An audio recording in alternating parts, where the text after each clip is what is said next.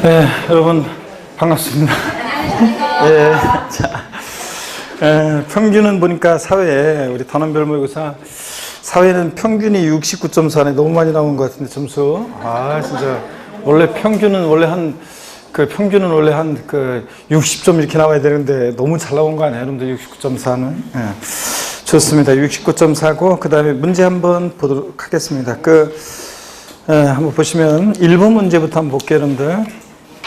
1번 문제 보면 잘 맞히셨는데 틀리신 분도 계시고요. 그 다음은 지방세 기본법상 가로 안에 들어갈 기간에 해당하는 것으로 옳은 것을 순서대로 고른 것은. 그런데 자, A번은 요 14번 요약집 14페이지 3조고요. 요약집 14페이지 3조고 참조 페이지만 적고 봅니다. 14페이지 3조고 취득세 납세자가 법정 신고기간까지 갖춘 신고서를 제출하지 아니한 경우에 제척기간은 몇 년입니까, 여러분? 7년이죠? 네, 그래서 우리가 지방세 제척기간, 납세무 소멸 사유 중에서 제척기간이 만료했다. 제척기간이라는 것은 세금 부과의 법정 기간인데, 그래서 국가나 자체가 우리에게 세금을 부과할 수 있는 기간을 딱 정해놨는데, 제척기간이 만료하면 더 이상 국가나 자체는 세금 부과할 수 없죠? 그래서 제척기간은 법적 안정성을 위한 건데, 자, 제척기간 잘 보세요. 지방세 제척기간은 10년, 7년, 5년입니다. 사기쳤다 몇 년? 10년. 무신고 7년, 기타 5년입니다. 근데 무신고긴 무신고인데 어떤 사안과 결합해서 무신고는 몇 년이고? 10년이고 이랬습니다. 자, 그래서 A번에 그냥 무신고니까 이거 몇 년입니까? 7년입니다. 제척기간. B번은 요약집 15페이지 3조고, 요약집 15페이지 3조고, 지자체 징수금의 징수를 목적으로 하는 지자체 권리는 그 권리 행사 때부터 몇 년 지나면 시효로 인해서 소멸한다는. 몇 년입니까? 5년이요. 우리가 소멸시효도 보면 국가나 자체가요, 우리에게 세금을 부과할 수 있었음에도 불구하고 부과하지 않고 일정한 시간이 지나면 시효가 완성하죠. 그래서 소멸시효 완성은 납세의무 소멸 사유 중에 하나인데, 그죠? 납부, 충당, 부과권의 취소, 제척기간 만료, 소멸시효 완성, 이렇게 해서 납세의무 소멸 사유 중에 하나인데, 소멸시효 국가는 자체가 우리에게 세금을 부과할 수 있었음에도 불구하고 부과하지 않고 일정한 시간이 지나면 시효가 완성하는데, 그 소멸시효 기간, 지방세는 금액 상관없이 무조건 몇 년입니까? 5년입니다. 5년. 근데 국세는 5억 원 미만의 국세는 몇 년? 5년. 5억 원의 국세는 몇 년? 10년입니다. 그래서 우리가 항상 이거 주의하라고 요약집에 다 나와 있어요.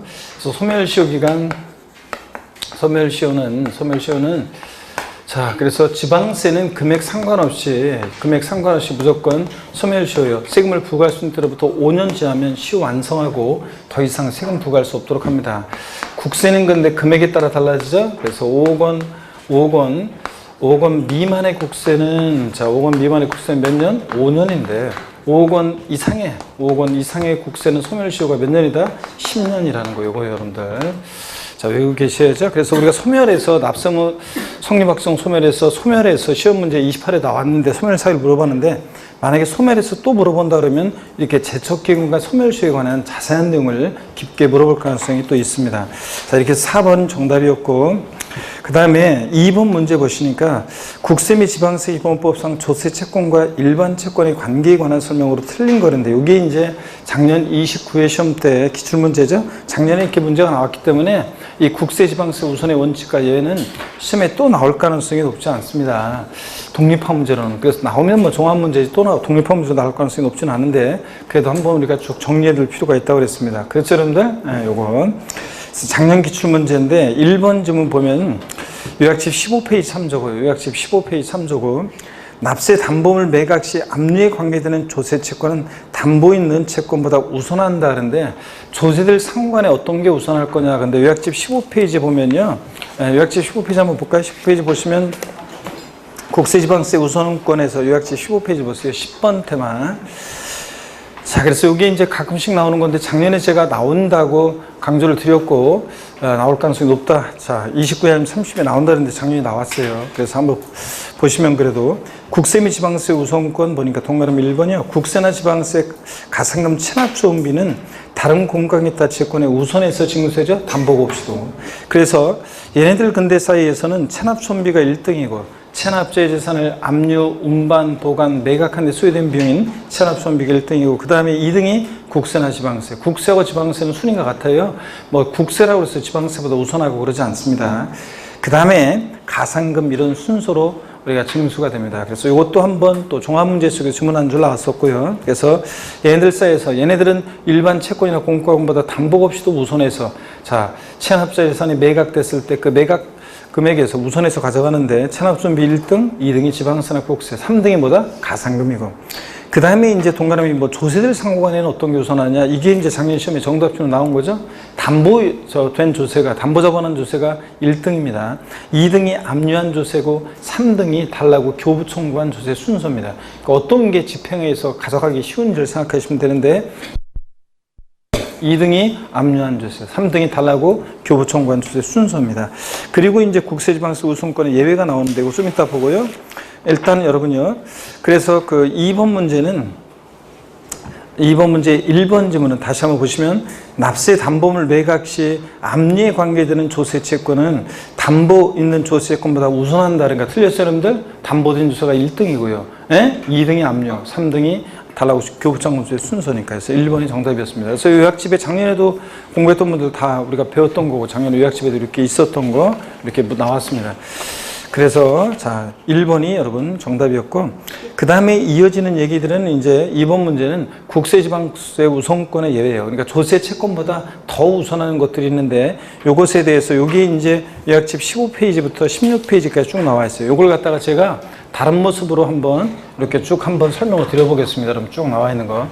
우리가 체납재산을 우리가 공매 경매에 넘겼어요. 매각되면서 누가 우선해서 갈 것이냐 그러면은 일단 최고 1등이에요. 최고 1등 먼저 가져가는 게 어떤 거냐면 자 어떤 거냐면 체납처분비 또는 공익비용이라고 해서 공익비용이라고 해서 우리 요약집에 다 나와요. 공익비용 그러면 이게 뭐냐면 체납자 재산을 압류해서요 매각하죠. 그러면 그 강제집행 절차에 들어갔을 때 그 강제집행 절차에 소요된 비용이요. 이 강제집행 절차에 소요된 비용은 모든 채권자를 위한 공통비용이잖아요, 그죠? 그러니까 요거는 무조건 이게 매각이 돼 누구라도 한 푼 가져가니까 강제집행 절차에 소요된 비용은 무조건 어떻게 한다? 최고 1등입니다. 매각되면서 그래서 공익비용 또는 체납처분비, 체납자의 재산을 압류, 운반 보관, 매각하는 데 소요된 비용인 체납처분비 있죠? 이게 최고 1등이에요. 이게 무조건 1등이고. 그 다음에 이제, 어떤 게 있냐면, 소액 임차보증금이요. 소액 임차보증금. 그래서 소액 임차보증금 그러면 우선변제 임차보증금을 얘기하는 거예요. 그래서 여러분들 중개세법 배우는 우선변제 임차보증금 있잖아요. 그 우선변제 임차보증금. 뭐 수도권엔 얼마고 수도권 외에는 얼마고 나오잖아요. 그 임차보증금, 소액 임차보증금은 우선변제 임차보증금 또 2등입니다. 얘네들보다는 근데 우선할 수 없어요. 얘네들보다 우선할 수 없고. 근데 다른 일반 채권이나 공과금보다 조세보다 더 우선합니다. 얘네들이 조세채권보다도. 소액 임차보증금. 그 다음에 또는요, 3개월치, 최종 3개월치 임금채권이 있어요. 최종 3개월분 임금채권. 이건 근로자 가정의 최저 생계를 위한 거기 때문에 이게 이제 또 2위 그룹이에요, 이게. 자, 그래서 얘네들 체납처분보다는 우선할 수 없지만 얘네들이 자, 조세, 그 국세, 일반 국세 지방세보다는 우선합니다. 그 다음에 이제 뭐 여기에 재보상금이라든가 무슨 등등이 있지만 하여튼 이런 정도 보시고요. 그 다음에 이제 세 번째 3등이요.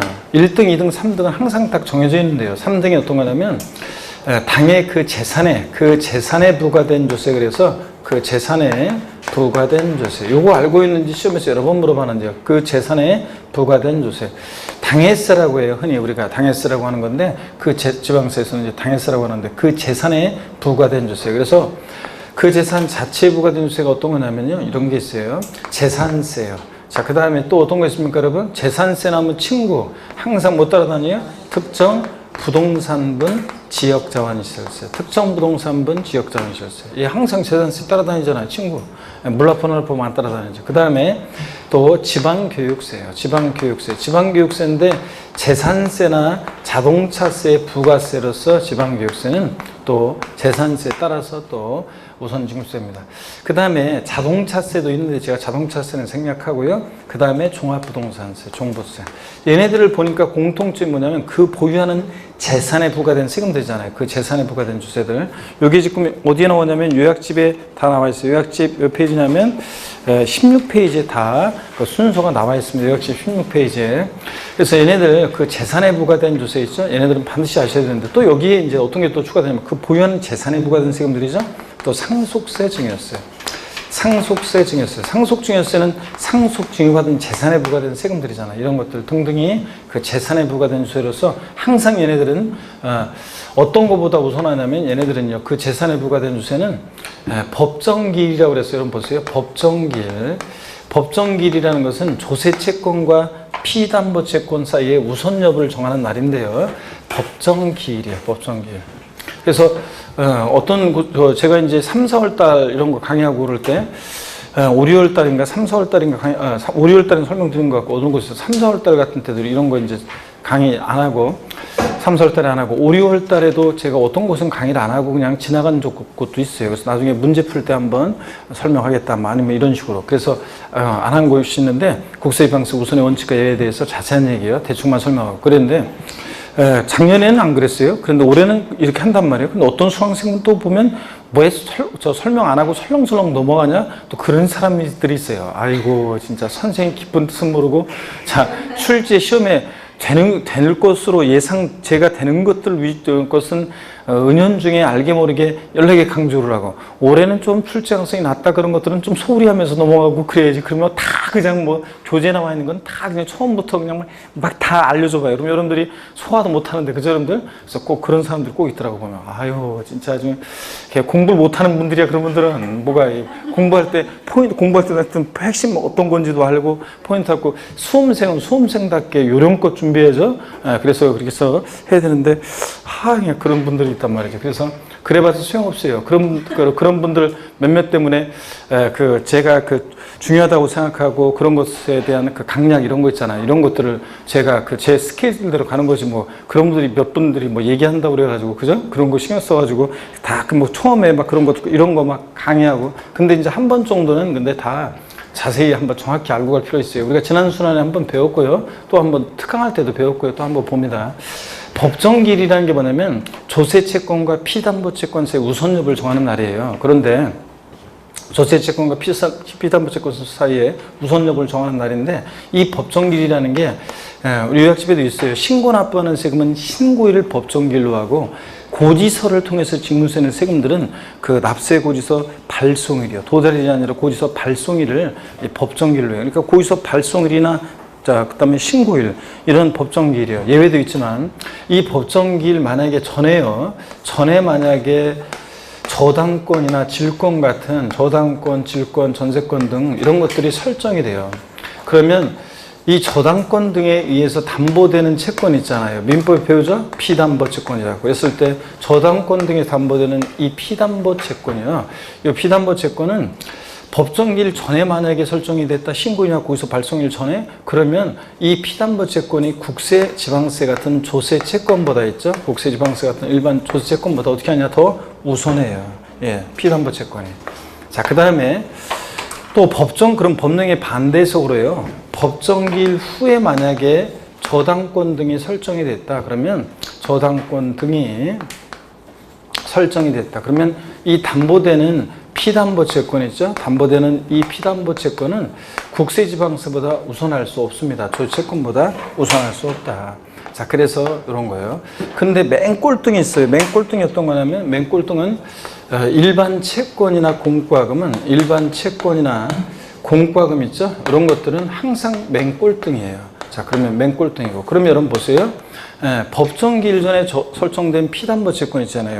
얘네들이 일반 조세 채권보다 국세지방세보다 더 우선한다고 그랬잖아요. 그런데 법정기일 전에 설정됐든 후에 설정됐든 항상 이 피담보채권보다 항상 우선하는 세금들이 있습니다. 그 세금들을 뭐라고 하냐? 그 재산에 부과된 주세, 그래서 당해세라고 그래서 얘네들 재산세, 친구, 지역자원시설세, 특정부동산분, 재산세, 부가세로서 지방교육세, 그 다음에 또 종부세, 보유하는 재산에 부과된 세금들, 또 상속세, 증여세, 상속 증여받은 재산에 부과된 얘네들은 항상 설정 일정 것이 피담보채권보다 어떻게 한다? 우선합니다. 자, 그 다음에 또 보세요. 아까 제가 임금채권 중에서요. 최종 3개월분 임금채권은 근로소 가정의 최저 생계를 위한 거라 2등이에요, 무조건. 근데 나머지요. 그러면 월 임금이 100만 원씩이라고 쳐요.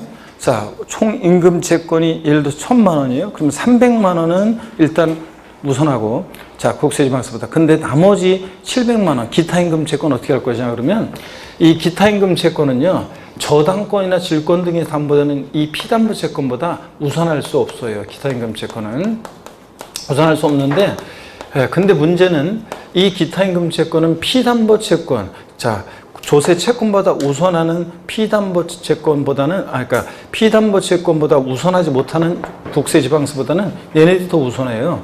근데 또 국세지방세보다 우선하는 피담보채권보다는 또 우선할 수가 없어요. 자, 그 말이 이제 요약집에 나와요. 이 말은 무슨 얘기냐면, 기타 임금채권은, 나머지 임금채권은요, 피담보채권 따라다녀요. 그래서 보세요.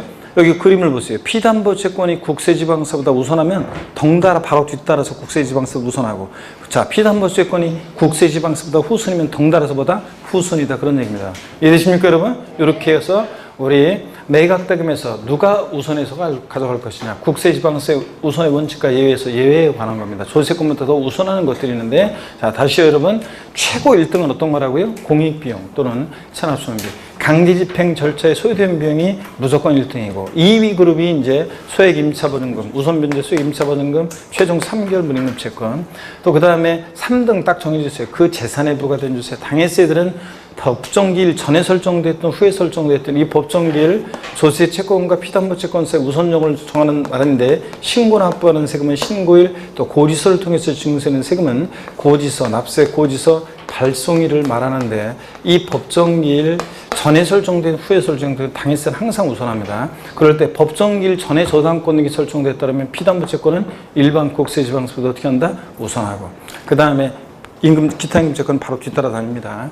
그 다음에 법정기일 후에 저당권액이 설정됐다면 피담보채권은 국세지방세보다 우선할 수 없습니다. 그럼 여기서 이제 아까 1, 2, 3등은 딱 정해져 있고, 법정기일 전에 저당권액이 설정됐다면 피담보채권이 4등, 기타 임금채권 뒤따라서 5등, 6등이 국세나 지방세고, 맹골등 일반 채권이나 공과금이고, 법정기일 후에 저당권이 설정됐다 그러면, 자, 피담보채권은 국세지방세보다 우선할 수 없으니까 조세채권이 4등, 5등이 피담보채권, 뒤따라서 6등 기타 임금채권, 그 다음에 맹골등은 일반 채권이나 공과금입니다. 아시겠습니까, 여러분? 이런 내용이 요약집 우리 16페이지, 15페이지, 16페이지에서 또 16페이지 표에 정리되어 있는 내용이, 이 내용이 쭉 정리된 겁니다. 아시겠습니까, 여러분? 이렇게 해서 여러분들이 보시고요. 자, 그러면 2번 문제 한번 풀어보겠습니다. 이어서 2번 문제, 2번 지문부터 볼게요. 1번이 정답이었고, 자, 엄마들이 저 보니까 이제 우리 아이들, 자녀들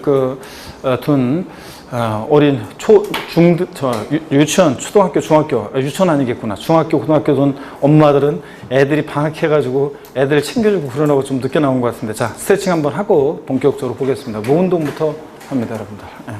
자, 모 운동부터. 아이고. 반대로 돌리시고, 허리도 좌로, 우로 돌립니다, 여러분들. 기지개도 뒤로 화끈하게 제낍니다, 여러분들. 아이고, 어깨 돌리시고요. 보면은, 제가 항상 존경하는 수험생분들이 있어요. 어떤 수험생들을 존경하느냐?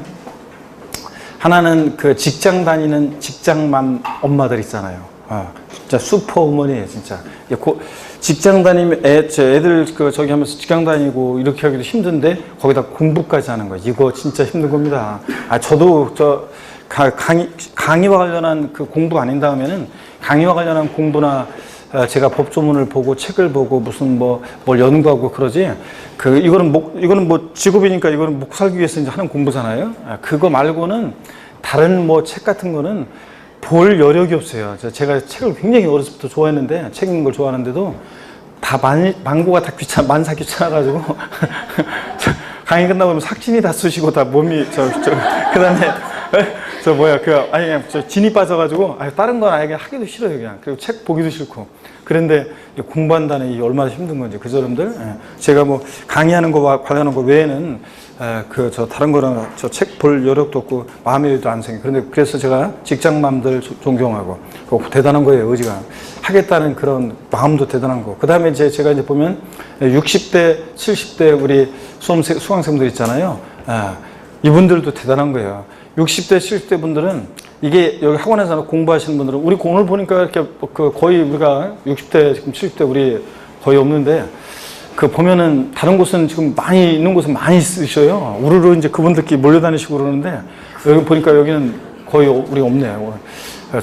연령이 굉장히 광명은 젊은 것 같은데 거기 보면은 그런 분들 있잖아요. 옛날에 공부를 학창시절에 공부를 그래도 나름대로 했거나 했던 분들이지 이게 공부하고 담쌓던 분들은 그런 분들이 그런 식으로 공부하고 담쌓고 두뇌 활동 안 하셨던 분들이 60대 됐잖아요. 이런 분들은 돈을 주어도 공부를 할 수가 없어요. 여기서 버텨낼 수가 없어요. 2달 이상을. 그렇기 때문에 60대 이런 분들 또 50대 후반 60대 이분들이 공부하는 거는 70대 이분들이 공부하는 거는 그분들은 인정을 해줘야 돼요. 왕년에 그분들은 삶 자체가 공부하고 어떻든 간에 옛날에 한가락했거나 학창시절에 공부와 어떤 연관된 어떤 두뇌 활동을 했던 분들이나 이걸 할 수 있죠. 그렇지 않은 분들은 할 수가 없어요. 그래서 저희 가족 중에 매형 중에 한 분이 공무원 정년 퇴임하셔가지고 제가 공부 좀 해보라고 책 던져줬는데 이틀, 한 2, 3일, 며칠 만에 책 넘겨보시더니 바로 그냥 눈이 아프고 멋져서 엄청 온갖 핑계를 대더니 공부 안 하시더라고요. 노는 게 좋다고 하면서. 이게, 그랬는데도 불구하고 안 돼요. 그걸 해낼 수가 없어요, 이걸. 그러니까 그런 분들을 제가 존경합니다. 그래서 하여튼 직장맘들이라든가, 우리, 늦깎이 시작하시는 공부하시는 분들, 이런 분들 제가 항상 좀 존경합니다. 그러니까 여러분들, 나머지 20, 30대, 40대 분들은, 여러분들은 핑계대지 말고, 그리고 다른 핑계대지 말고 의지 문제든, 그러니까 다른 핑계대지 말고 열심히 공부하시면 됩니다.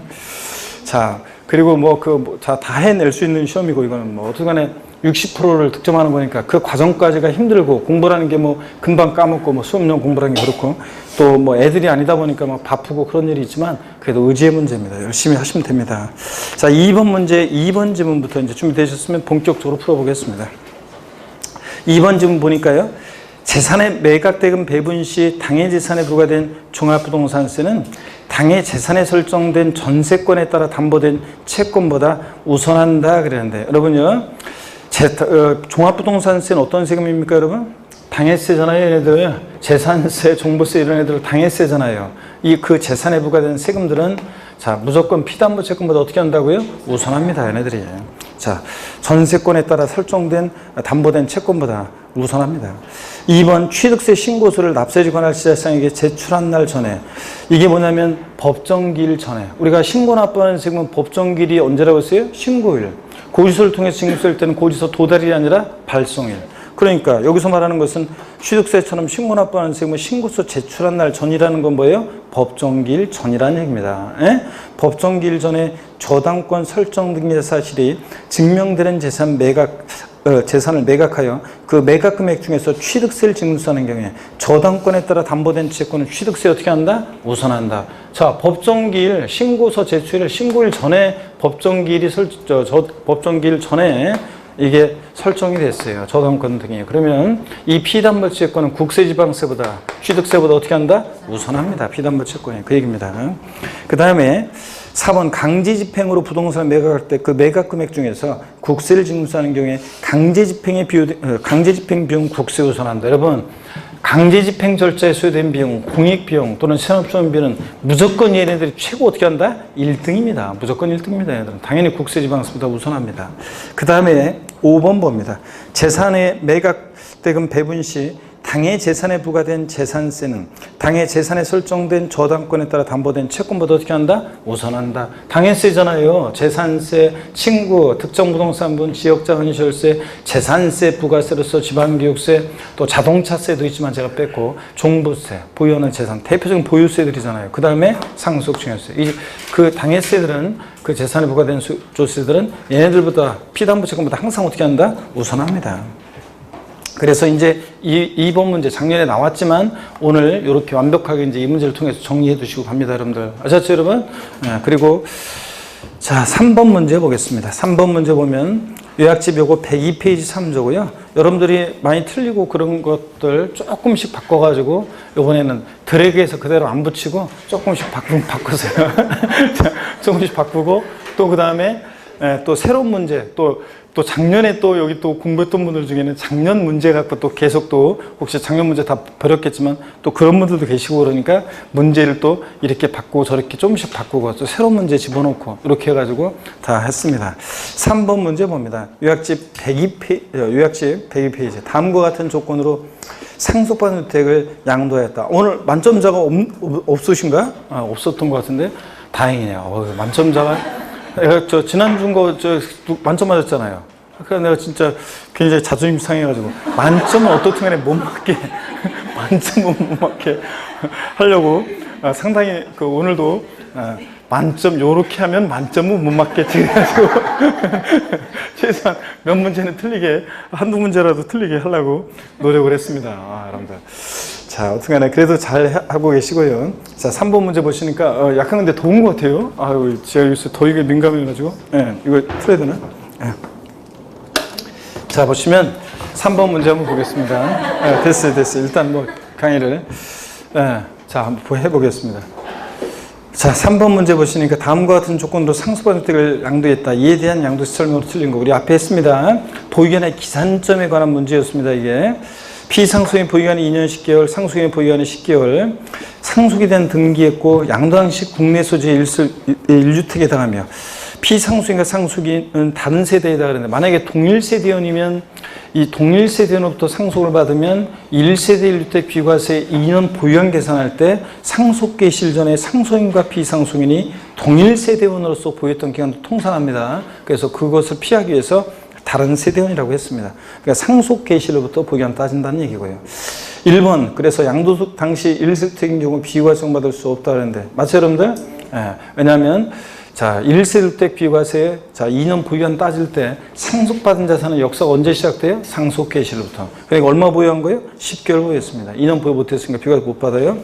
2번이요. 실거래가액으로 양도세 계산할 때 상속 증여받은 자산의 취득가액은 어떤 거로 할 거냐? 옛날 상속 개시일 현재, 그러니까 등기일 현재 땡, 양도일 현재 땡이었죠? 우리 앞에서는 등기일 현재로 바꿔서 나왔었는데 등기일 현재, 양도일 현재 아니고 상속 개시일, 증여받았을 땐 증일 현재 상속증여세법 규정에서 평가한 가액을 취득 당시 실거래가로 본다고 그랬습니다. 그랬죠, 여러분들? 이건. 그 다음에 3번 장특공제 적용받을 수 없다 그랬는데 맞죠 여러분들? 우리 장특공제 적용 시에도 상속받은 자산은 언제 역사가 시작돼요? 상속 개시일로부터. 그러니까 자 몇 개월 보유했어요? 10개월. 장특공제 받으려면 몇 년 보유해야 돼? 항상 3년 보유를 해야 되는데 못했잖아요. 10개월밖에. 그 다음에 기본공제 적용받을 수 있다. 기본공제는 항상 여러분 절 보셔야죠. 뭐만 아니면 미등기양도만 아니면 싹 다 깔아주니까 보유기한 관계없이 등기는 됐다고 했으니까 기본공제 받을 수 있습니다. 5번 40% 세율 중에 산출세를 계산한다. 상속받은 자산 역사가 다 상속 개시로부터인데 어느 경우만 세율 적용 시에만 상속받은 자산은 보유기한이 언제부터 시작해? 피상속인이 취득한 때부터 보유기한이 계산해. 그러니까 2년 10개월에다가 10개월 합치니까 자 주택의 경우는 1년 이상만 보유해도 초과 누진 세율이죠. 그러니까 이건 지금 1년 이상 보유했으니까 피상속인 취득일부터 보유기한이 계산하니까 1년 이상 보유했고 그러니까 세율은 어떻게 적용됩니까? 6에서 42% 초과 누진 세율이 적용됩니다. 그래서 5번 틀렸고요. 세율 적용 시만 상속받은 자산은 피상속인 취득일부터 보유기한이 계산한다는 거. 4번 봅니다. 고자가 국내 소지하는 등기된 토지를 양도하는 경우에 소득세법상 양도소득세에 관한 설명으로 틀린 거 그랬습니다. 이것도 앞에서 나왔던 겁니다, 여러분들. 안 되겠네. 여기를 누가 좀 틀어보세요.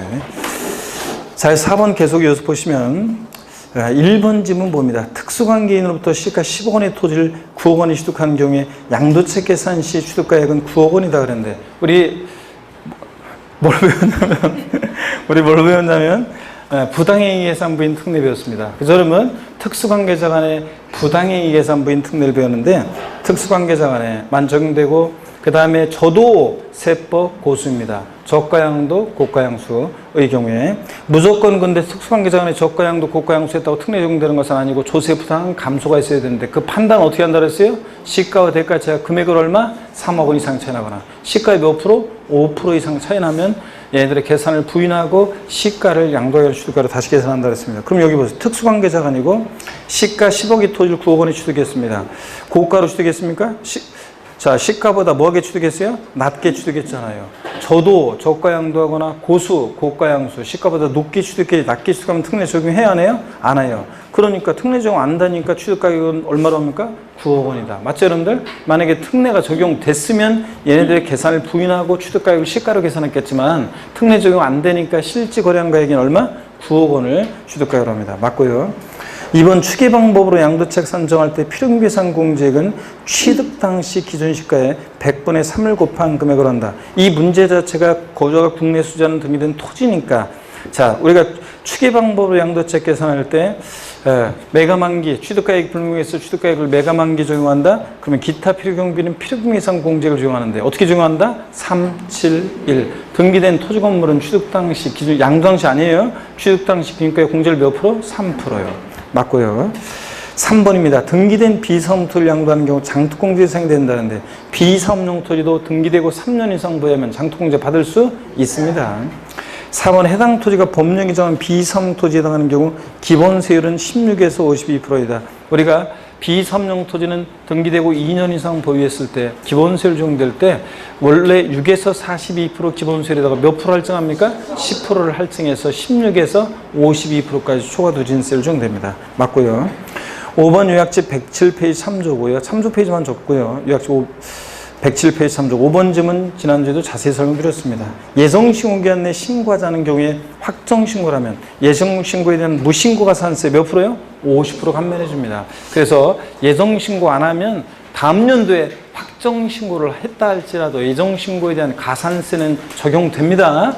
예정신고에 대한 가산세 적용되지 않는다는 틀이고 근데 다만 예정신고를 불성실했는데 다음 연도에 확정신고를 이행하면 예정신고 불성실에 대한 무신고나 과소신고 가산세 몇 프로? 50%를 감면해 준다 이겁니다. 20% 틀렸고요. 그래서 5번 정답이고 넘어갑니다. 5번 질문을 보니까요. 5번 문제 다음은 부가권의 제척기간과 징수권 소멸시효에 대한 설명이다. 옳은 것으로 묶인 거 그랬습니다. 기억본은 요약집 15페이지 참조고요. 봅니다. 체납한 국세가 5억 원 이상인 경우 징수권 소멸시효는 7년이다 그러는데요. 자, 국세는 5억 원 미만의 국세는 몇 년이에요? 소멸시효가 5년. 5억 원 이상 국세는 몇 년? 10년이요. 아까 정리해드렸죠? 그래서 5억 원 이상이니까 몇 년이어야 돼? 10년이 됩니다.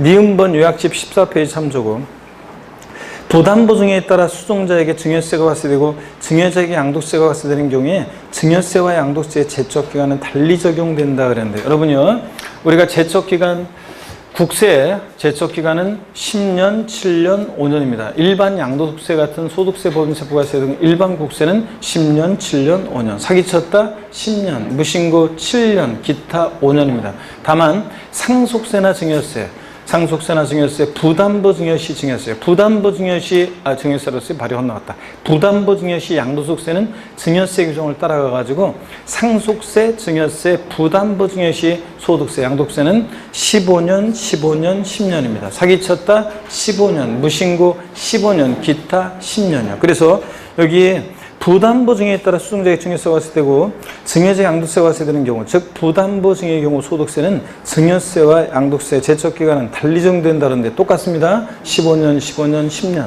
똑같이 적용됩니다. 왜냐하면 부담보 증여시 양도세에는 증여세 규정을 따라가기 때문에 그렇습니다.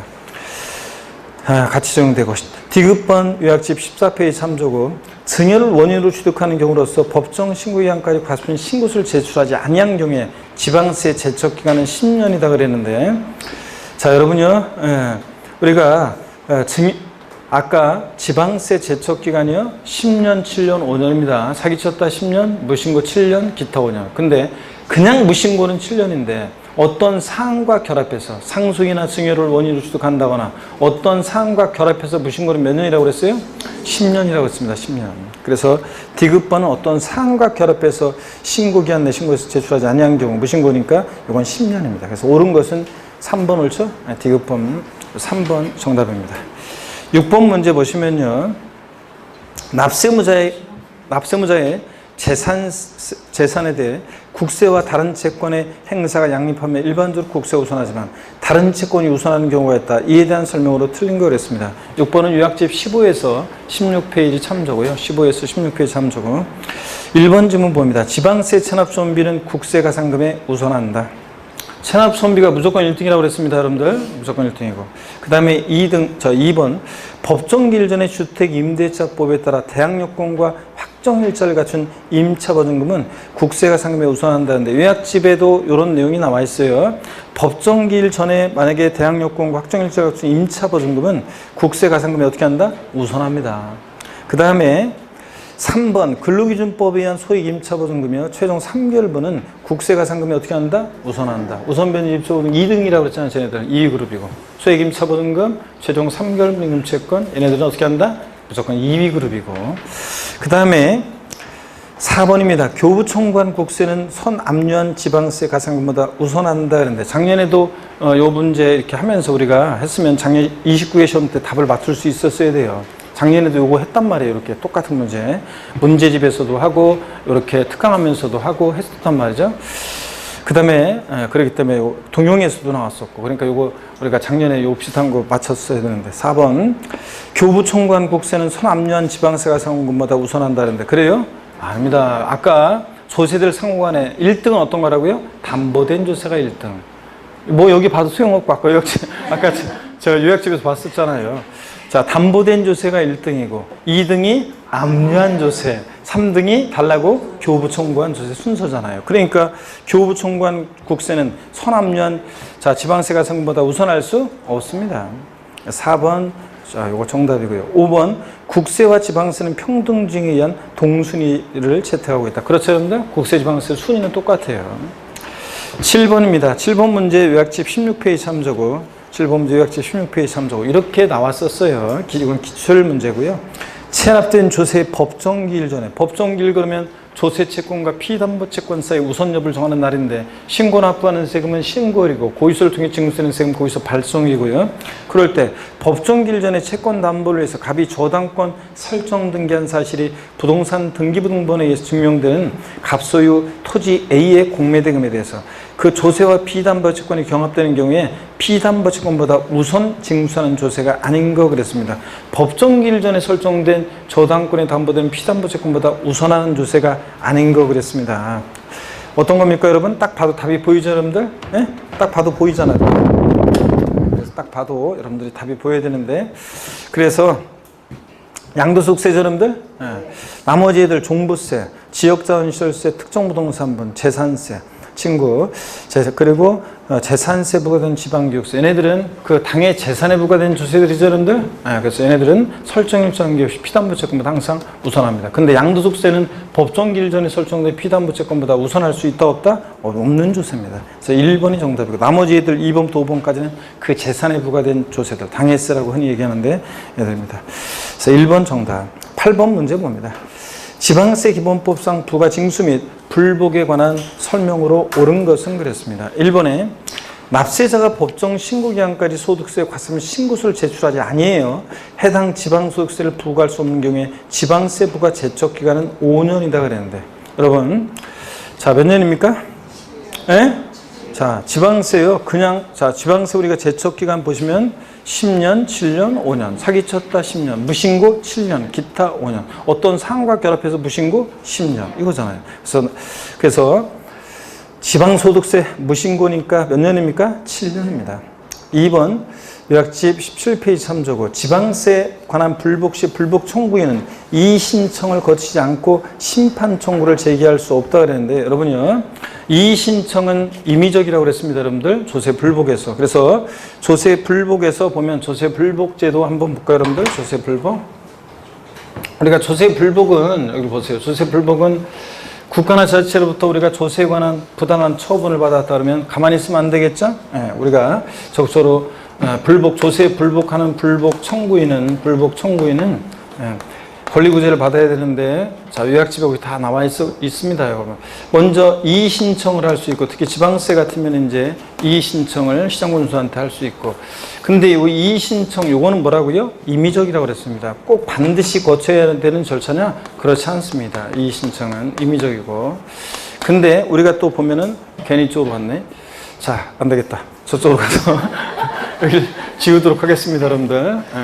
자, 그럼 보시면 우리가 조세에 관해서 불복하는 불복 청구인이 조세에 관해서 불복하는 요약집에 다 있습니다. 조세 불복하는 불복 청구인은 먼저요. 이의 신청을 할 수 있는데 이의 신청을 할 수 있고 자 근데 금방 말씀드렸다시피 이의 신청은 요거는 임의적이어서 반드시 거쳐야 되느냐 그런 건 아니라고 그랬습니다. 임의적이고 근데 임의적인 절차고 또 그 다음에 우리가 또 뭘 걸칠 수 어떤 구제를 받을 수 있냐면 심사청구라는 거 도지사 같은 사람한테 심사청구도 구할 수 있고 또 조세 심판원의 심판 청구를 또 구할 수도 있고요. 자 그리고 이제 안 되면 또 행정법원에 행정소송도 제기할 수 있습니다. 자 그럴 때 이 심사청구와 심판청구는 보세요. 이 심사청구하고 심판청구 요거는 필수적인 절차인데 선택적 필수 절차. 무슨 얘기냐? 반드시 거치긴 거쳐야 되는데 선택적으로만 할 수 있어요. 이 심사청구와 심판청구는 중복청구가 된다 안 된다? 안 되고요. 중복청구 안 되고 하나만 거칠 수 있습니다. 또 아까 이의 신청은 미적이라고 그랬잖아요. 그러니까 이의 신청 절차를 거치지 않으면 심사청구나 심판청구를 제기할 수 없다. 그럼 틀려요. 이의 신청 절차를 거치지 않고 또 불복 청구에는 심판청구나 심사청구를 바로 제기할 수 있고요. 그죠 여러분들? 그리고 청구기간은 전부 다 며칠이다? 90일이고요. 다 청구기간은 다 90일 내 제기해야 돼. 조세에 관한 부당한 처분이 있으면 안날부터 다 며칠 내? 90일 내. 옛날에는 청구기간이 60일, 90일 중구난방이었는데 지금 꽤 됐어요. 헷갈리지 말라고 다 90일로 통일했고. 이의 신청 등에 대한 이의 신청이나 심사청구, 심판청구를 받고 결정하는 그 결정 기간도 결정해야 되는 기간도 이게 국세에서 이의 신청에 대한 결정 기간만 30일이고 요약집 보면 나와 있어요. 그 다음에 나머지는 다 이의 신청에 대한 결정 기간 며칠 내에 제기한다? 90일 내에 제기해야 되고요. 여러분들 이런 것들 60일이 나오는 경우가 있지만 원칙적으로 권리구제에서 60일 나오면 일단 틀렸다고 보시라고 그랬잖아요. 의심해 보라고 그랬잖아요. 자 그러면 한번 보겠습니다. 그래서 8번 문제 2번 지문 지방세 관한 불복 시의 불복 청구는 이의 신청차를 거치지 않고 심판 청구나 심사 청구 제기할 수 없다. 그러면 틀리죠 여러분들? 이의 신청은 임의적이라 거치지 않고도 심사 청구나 심판 청구 제기할 수 있습니다. 3번 취득세는 원칙적으로 보통 징수 방법이 한다. 아유 이런 거는 우리가 상처로 알고 있어야죠. 취득세는 뭐예요? 신고 납부하는 책임입니다. 그 다음에 4번 납세 의무자가 지방세 관계법에 따른 납부기한까지 지방세를 납부하지 않은 경우에 산출세계 100분의 40을 가산세를 부과한다. 납부기한까지 납부하지 않았다. 자 그러면 요거 원칙적으로 납부기한까지 납부하지 않았다. 납세 고지서를 통해서 징수할 때는 요게 가산금이 적용되고 그 다음에 신고 납부기한까지 납부하지 않았다. 신고 납부하는 세금을 그러면 납부불성실 가산세가 적용되는 겁니다. 그러니까 산출세계 40% 무조건 틀렸습니다. 이게 그러니까 고지서를 통해 징수할 때는 납부기한까지 납부하지 않았다. 그러면 가산금 적용되는 거고. 그 다음에 만약에 신고 납부기한 내에 납부하지 않은 거다. 그러면은 납부불성시간세는 미납한 기간 1일 얼마? 0.025. 110만 분의 25. 이렇게 적용됩니다. 그렇기 때문에 납부불성시간세고. 그렇기 때문에 산출세계 40% 무조건 틀렸습니다. 5번 지문이요. 요약집 15페이지 3조고 지자체 징수매 징수 순위는 체납수원비, 지방세, 가산금의 순서로 한다. 그랬죠, 여러분들? 네, 체납수원비 1등, 2등이 지방세 납국세, 3등이 가산금이에요. 9번 문제입니다. 그래서 8번 문제 기출문제고요. 기출문제였고 9번 문제 보시니까 다음 중 면세점이나 소액징수 면제와 관련이 없는 조세는 그랬습니다. 딱 보니까 어떤 겁니까, 여러분? 등록면허세죠. 취득세는 면세점 적용되고, 지역자원시설세, 지방소득세, 재산세는 뭐가 적용돼? 소액징수면제가 적용되고, 소액징수면제가 적용되고요. 그러면 여러분 한번 보겠습니다. 어떤 얘기냐면, 여기 보세요, 여러분들. 어떤 얘기냐 그러면 여기 봅니다. 자, 어떤 얘기냐 그러면, 예를 들어서 우리 면세점 소액징수면제 이것도 적용 여부도 제가 쭉 주요 세목들을 통해서 한번 비교해 드렸습니다. 보세요. 면세점, 그 다음에 소액징수면제요. 소액징수면제. 자, 그럴 때 먼저 취득세는 어떤 게 적용됩니까? 면세점 적용되죠. 취득가격이 50만 원 이하 과세자는다. 소액징수면제는 적용되지 않습니다.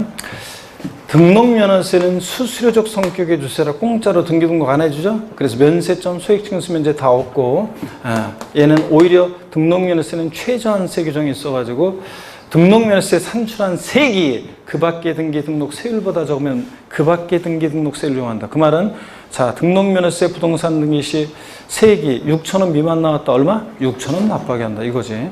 얘는 면세점 소액징수면제 없고요. 자, 재산세는 면세점 적용되지 않고 뭐가 적용돼? 소액징수면제. 그래서 재산세하고 재산세들하고 다 그렇습니다. 재산세, 그 다음에 지역자원시설세, 그 다음에 지방소득세예요. 지방소득세. 얘네들은 어떤 게 적용됩니까? 면세점 적용되지 않고 뭐가? 소액징수면제 규정이 적용됩니다. 이렇게 해서 여러분들 요거 정리해 두는 거죠. 그래서 면세점이나 소액징수면제와 관계없는 세금은 어떤 거라고요? 등록면허세입니다. 그래서 4번이 정답이고요. 요약집 9페이지 참조하시고 10번 문제 봅니다. 10번 문제는 요약집 12에서 15페이지 참조고 12에서 15페이지 참조고 다음은 지방세기본법 및 국세기본법상 납세금 성립확정 소멸에 관한 설명이다. 틀린 거 그랬습니다. 1번에 징수권을 행사한 때로부터 5년간 5억 원 이상의 지방세에 대한 징수권을 행사하지 않으면 징수권이 소멸한다는데 지방세는 소멸 시효기간에 금액 상관없이 무조건 몇 년? 5년입니다. 2번 사기 등의 방법으로 양도세를 포탈했다. 자, 업계약서나 다운계약서에서 양도세를 신고했다. 사기쳐서 몇 년? 10년. 제척기간 10년이고. 3번 지문 요약집 13페이지 참조고요. 3번 지문은 요약집 13페이지 참조고. 그 다음에 3번 지문 요약집. 그러고 보니까 9번 문제를 많이 틀렸네요, 여러분들. 9번 문제를 많이 틀렸어. 면세점 소액징수면제와 관련 없는 거 그랬는데 이것도 많이 틀렸네요, 여러분들. 절반의 분들이 틀렸네요. 이걸 왜 9번 문제 다 맞춘 줄 알았더니 진짜 이거 기본 과정 이런 거는 1, 2월 달에 설명을 자세히 강조 드리는 건데. 자, 그렇습니다. 이거 많이 틀리는 분들. 그 다음에 10번 문제 계속 봅니다. 10번 문제는 뭐 그래도 잘 하셨는데. 1번 지문 봅니다. 2번 지문이요. 받고 3번이네요. 요거 때 갑자기 통계를 보다 보니까 9번 문제 통계를 보니까 나는 이거 착각했네. 난 10번을 많이 틀린 줄 알았더니 9번을 많이 틀렸네. 자, 10번 문제 보겠습니다. 3번 지문. 요약집 13페이지 참조고 수시부가에서 징수하는 지방세 납세문 성립 시기는 수시부가할 사유가 발생하고 30이 경과하는 때에 달하는데 요약집 13페이지 납세문 성립 작년에 나왔으니까 올해 조금 제가 소리했지만 절 보세요. 수시부가에서 징수하는 국세나 지방세는 수시부가할 사유가 발생한 때. 그래서 수시부가할 사유가 발생하고 30일이 경과하는 때 아니죠? 요거 수시부가는 때도 아니고 수시부가할 사유가 발생한 때 이렇게 올렸다 내리라고 그랬습니다. 그랬죠?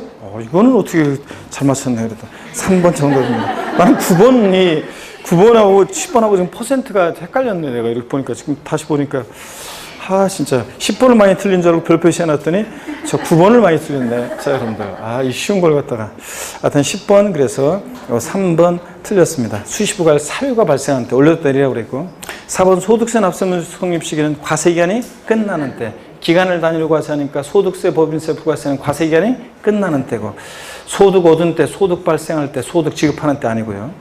5번 종부세는 원칙으로 과세관청에서 과평가세액을 뭐하는 때?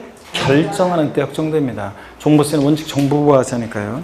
11번 다음은 부동산에 관련된 조세이다. 물납과 분할납부를 모두 허용하고는 조세인데 요약집 6페이지 참조. 어떤 겁니까? 재산세.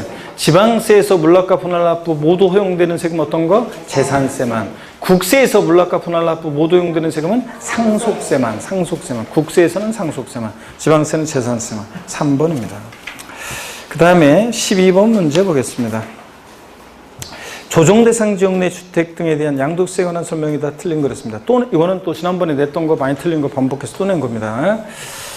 12번 문제 그러면 지난번하고 똑같이 이거는 안 고치고 드래그에다가 붙였거든요. 12번 문제 통계를 한번 보도록 하겠습니다. 12번 문제 통계를 보니까 66.7. 아 진짜 지난번 문제 똑같은 건데 정답 똑같고 이거는 아 진짜 66.7밖에 안 돼. 아 예. 그러니까 지난번에 뭐 20% 정도밖에 정답률이 안 돼가지고 제가 그래서 이거 똑같이 또 출제한 건데 드래그에다가 또 근데 문제 답도 똑같은데 자 여기 66.7밖에 안 된단 말이죠. 그러니까 이게 내가 믿을 수가 있어야지. 여러분들 자 12번 봅니다 여러분들. 아이고 확실하게 알고 가라니까. 그러니까 조정대상 지역 내 주택 등에 대한 양도세에 관한 설명이 다 틀린 거예요. 1번 1세대 1주택 비과세를 적용받기 위해서는 보유기간 중에 2년 이상 거주해야 한다. 조정대상 지역 내 주택이니까 거주기간 요건 있죠? 2년 거주 맞습니다. 2번 요약지 100페이지 참조고 조정대상 지역 내 주택이 입주자로 선정된 지민 조합원 입주권은 분양권을 헷갈리면 안 된다고 그랬잖아요. 조정대상 지역 내 분양권을 양도하면 보유기간 관계없이 무조건 50%인데 근데 입주권하고 헷갈리면 안 된다고 그랬잖아요. 조합원 입주권은 주택하고 같이 가요. 그래서 주택 및 조합원 입주권은 자 1년 미만이면 몇 프로? 40%. 1년 이상 보유하면 뭐라고요? 6에서 42% 총원수율입니다. 조합원 입주권이 1년 6개월 보유했으니까 얘 뭐라고요? 6에서 42%입니다. 6에서 42%. 그래서 2번 틀렸습니다. 3번 보겠습니다. 정확히 알고 가니까 분양권하고 조합원 입주권을 구별하라는 문제입니다. 이거. 그 다음에 3번 지문 보니까 1세대가 1주택과 1조합 주권을 보유하다가 주택을 양도하는 경우 장특공제에서 지원받을 수 없다는데 조정대상 지역 내 1세대가 1주택과 1조합 주권이 있다 주택 양도하면 1세 몇 주택이에요? 2주택이고 조정대상 지역 내 법령이 정하는 다주택은 장특공제 받을 수 있다 없다? 없습니다. 물론 사실은 이제 이게 1세대 2주택이라고 그래가지고 조정대상 지역 내 2주택이라서 무조건 장특공제가 배제되는 건 아니고 이 1세대 2주택에서 제외되는 주택들이 또 저 기본세에 보면 예외들이 쫙 나와요. 1세대 2주택이나 3주택 우리가 장특공제에서 배제되거나 또 양도세 중과세에서 배제되는 주택들이 법령에 또 예외들이 쫙 나와 있어요. 그래서 이게 실정 같으면 이 문제에서 뭐 주어진 조건만으로 판단한다, 뭐 아니면 뭐 이런 다른 예외는 고려하지 않는다 이런 식으로 문제가 나올 거예요. 어떤간에 법령이 정하는 일정한 1세대 2주택이나 3주택 같은 다주택은 조정대상 지역 내에서 양도할 때 양도세 요거 장특공제 또는 이런 거에 이제 배제되고 또 그 다음에 양도세 세율도 중과세 됩니다. 자 그런 거. 취지는 알고 가시고요. 4번 위 3의 경우에도 기본공제는 적용받을 수 있다는데 여러분이요. 기본공제는 뭐만 아니면 미등기양도를 싹 다 깔아줍니다. 그 다음에 그래서 여기서도 이제 등기됐다는 전제하에서 기본공제 받을 수 있고요. 조금씩 이제 단서 같은 거를 조금 더 달아놔야 되는데 제가 단서 같은 거 좀 달면은 문제 이제 길어지니까 좀씩 생략한 건데 여러분들이 취지는 알고 가셔야 됩니다. 5번에 보니까 무주택세 들어서 양도항 시 다른 분양권이 없고 30세 이상이거나 또는 다른 분양권 없고 30세 미만으로서 배우자가 있는 경우에는 분양권 1년 6개월 보유했을 때 전매하는 경우에 100분의 40의 세를 적용한다는데 우리가 조정대상 지역 내에서 분양권을 양도하면 무조건 몇 프로? 50%인데 다만 이렇게 5번 같은 이런 예외가 있어가지고 무주택세를 들어서 양도항 시 다른 분양권 없고 30세 이상이거나 또는 무주택세를 들어서 다른 분양권 없고 나이가 30세 미만일 때는 배우자가 있거나 이러면은 무조건 50%. 자, 요 규정에서 제외합니다. 그러니까 1년 6개월 보유했다. 754에 6412. 부동산에 관한 권리. 일반 분양권은 1년 미만이면 몇 프로? 50%. 1년 이상 2년 미만 보유하고 양도하면 40%. 2년 이상이면 6에서 42% 초과 분수를 정해요. 분양권이요. 조정상적이 아닐 때는 자 이렇게 해서 여러분들 예외가 적용될 때 이럴 때는 그러니까 요거는 예외가 적용되는 거니까 자 1년 6개월이니까 40% 받습니다. 이렇게 해서 12번 문제 다시 한번 정확히 틀리신 분들 아셨어요 여러분들? 알고 갑니다. 13번 문제 봅니다. 다음은 소득세법상 13번 문제 양도소득세 계산을 위한 장특공제에 관한 설명이 다 틀린 거였습니다. 1번에 조합원으로부터 취득한 조합원 입주권은 공제상이 아니다. 그죠? 장특공제 대상은 국내에 소지하는 등기되고 3년 이상 보유한 토지 건물 및 조합원 입주권인데 조합원 입주권은 조합원으로부터 취득한 것은 포함한다, 제외한다? 제외한다 그랬습니다. 2번 등기되지 않은 자산은 미등기 양도한 자산은 장특공제 배제되죠? 3번 국외에 소지하는 자산은 어떻게 합니까? 배제입니다. 다른 나라에 우리가 국가경제가 신경 안 써줘요. 그러니까 장특공제는 국내 자산 양도했을 때만 받을 수 있지 국외에서는 안 됩니다. 4번 지문 요약집 97페이지 참조고 조합원 입주권의 장기 보유등재액은 그 조합원 입주권 자체에 대한 양도책에다가 공제를 적용하는 게 아니라고 그랬죠? 관리처분기 인가일 전에 종전 건물과 부속토지, 관리처분기 인가일 전에 종전 주택의 양도차익에 한정해서 장특공제 적용합니다. 관리처분기 인가일 전 종전 주택, 즉 종전 건물과 부속 토지에 양도차익에 한정합니다. 그래서 요약집에 여러분들이 참조해서 보시면 되고요. 요약집 97페이지에 나와 있습니다. 요약집 97페이지 참조고. 그래서 관리처분 인가일 전에 종전 주택의 양도차익에 한정하는 거지 조합원 입주권의 양도차익 이거 틀린 거예요. 그 다음에 5번 양도속세가 과세된 1세대인 고가주택 3년 6개월 보였습니다. 의 양도하는 경우에 공제받을 수 있다는데 여러분요 장특공제요 1세대 1주택인 고가주택의 경우에도 장특공제 자 받을 수 있는데 왕창 해주죠. 1세대 1주택인 고가주택은 장특공제 보유연수에 8%씩 적용해서 3년 이상 4년 미만이면 83, 24 10년 이상이면 80%까지 확대 적용합니다. 받을 수 있죠 여러분들? 그래서 13번 문제 4번이 정답입니다. 14번 문제는 여러분이 많이 틀렸어요. 역시 예상대로. 그래서 14번 문제 역시 20%밖에 못 맞추셨는데 만점을 못 맞게 하기 위해서 여러분들 또 부담부 중에도 지난번에 또 한번 계산 빠졌길래 요것도 문제 또 출제했습니다. 14번 문제는 요약집 80페이지 참조고 요약집 80페이지 참조고 우리 부담보증의 경우 양도차익 계산에 관한 얘기입니다. 설명은 이미 지난번에 다 드렸어요. 다음 자료에서 의하여 해당 주택의 부담보증여 시 양도와 관련한 양도차익을 계산하는 경우 양도차익은 그랬습니다. 단 양도가액에서 공제된 필요경비는 취득가액만 있는 것으로 가정합니다. 고자 장사액 씨는 누군지 아시죠 여러분들? 이 시대 최고의 소리꾼 장사액 씨 있잖아요. 2019년 20일에 특수관계 없는 고자 심수봉 씨에게 누군지 아시죠 여러분들? 전세보증금을 인수하는 조건으로 국내 소재 주택을 증여했다. 부담보 증여했다는 얘기죠 여러분들? 우리가 전세보증금도 우리가 이거 증여자가 갚을 돈인데 수증자가 알았어 내가 알아서 갚을게 채무를 인수하기로 하면 그죠? 그 다음에 단독주택의 증여 당시 재산가액은 1억이고 단독주택의 취득 당시 가액은 5천만 원이고 증여 당시 세입자의 전세보증금은 6천만 원이다 그랬습니다. 그러니까 여러분 보세요. 여기 보세요. 이거는 어떤 얘기냐면 여기 봅니다. 어떤 얘기냐면 자 이거는 우리가 부담보 증여 시 양도차익 계산할 때 양도가액은 이렇게 한다고 그랬습니다. 요약집에 다 거기 80페이지 다 있어요. 그러니까 저를 보세요 여러분들. 양도차익 부담보 증여 시 양도차익 계산할 때 양도가액은 양도 당시 재산가액, 양도 당시의 재산가액, 양도 당시 재산가액 여기다가 양도 당시 재산가액 곱하기 증여받은 당시의 재산가액분의 채무인수액 상당액이 우리가 요게 이제 양도가액이라고 그랬습니다. 근데 이 부담보증여 시 양도차익 계산할 때 양도가액은 누구 입장에서 보느냐에 따라 다른 거지.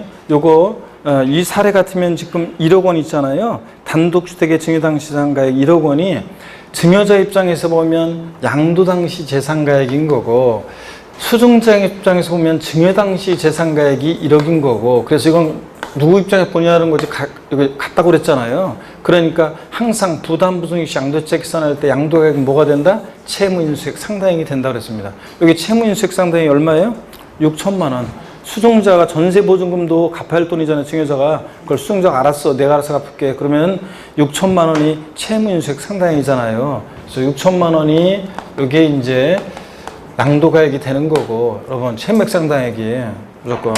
그 다음에 취득가액은 어떻게 구하느냐. 취득가액은 취득 당시 재산가액, 취득 당시 재산가액 있죠? 취득 당시 재산가액에다가 똑같아요. 증여받은 재산가액분의 증여재산가액분의 채무 인수액을 곱해서 구한다고 그랬습니다. 그랬죠, 여러분들? 채무액을 곱해서. 그러면 취득 당시 재산가액은 여기서 지금 얼마입니까, 여러분? 취득 당시 재산가액은 얼마예요? 5천만 원이라고 지금 조건에 나와 있죠? 항상 조건에 나와요, 취득 당시 재산가액은. 그 다음에 증여재산가액은 얼마고? 1억이고. 그 다음에 채무액은 얼마고? 6천이고. 자, 그러면 요거를 1억을, 이게 단위가 하나 더 크니까 이걸 10으로 하고 하면 5, 6, 30이잖아요. 그러니까 요거 약분하니까 3천만 원이죠, 지금? 네, 3천만 원이, 요거 이렇게 하면 이제 3천만 원이 취득가액이 되고. 그렇잖아요.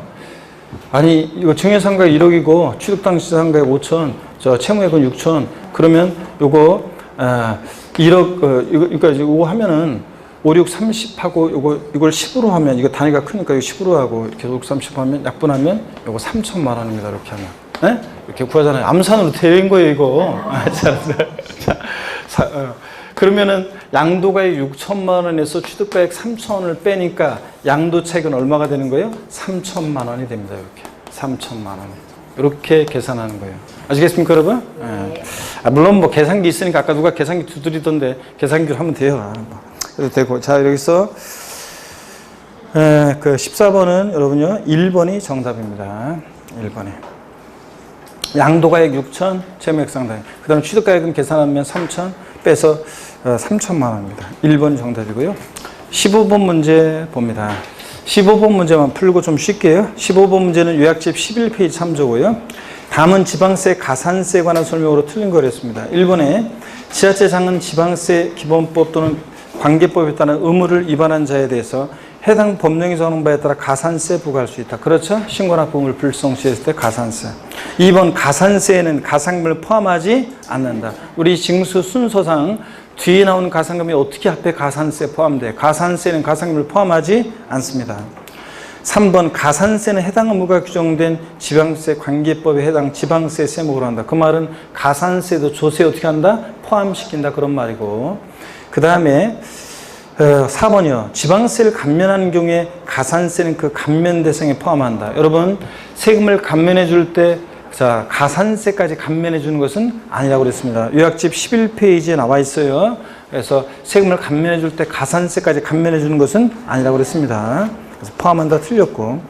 5번 지자체장은 가산세를 부과하는 경우에 그 부과의 원인이 되는 사유가 법령에 따른 기한 연장사유에 해당하거나 납세자가 해당 의무를 이행하지 아니한 정당한 사유가 있을 때는 가산세를 부과하지 않을 수 있습니다. 뭐 당연히 이런 것들은 못 보던지 요약집에 없지만 그냥 항상 시험에는 못 보던 것들이 지문에 나와요. 요약집에 없는 것들을 다 어떻게 해야 더 나와요, 요약집에. 그래서 없더라도 이런 것들 그렇구나 이렇게 하시면 되고. 잠깐 쉬었다가 16번 문제부터 풀어드리겠습니다.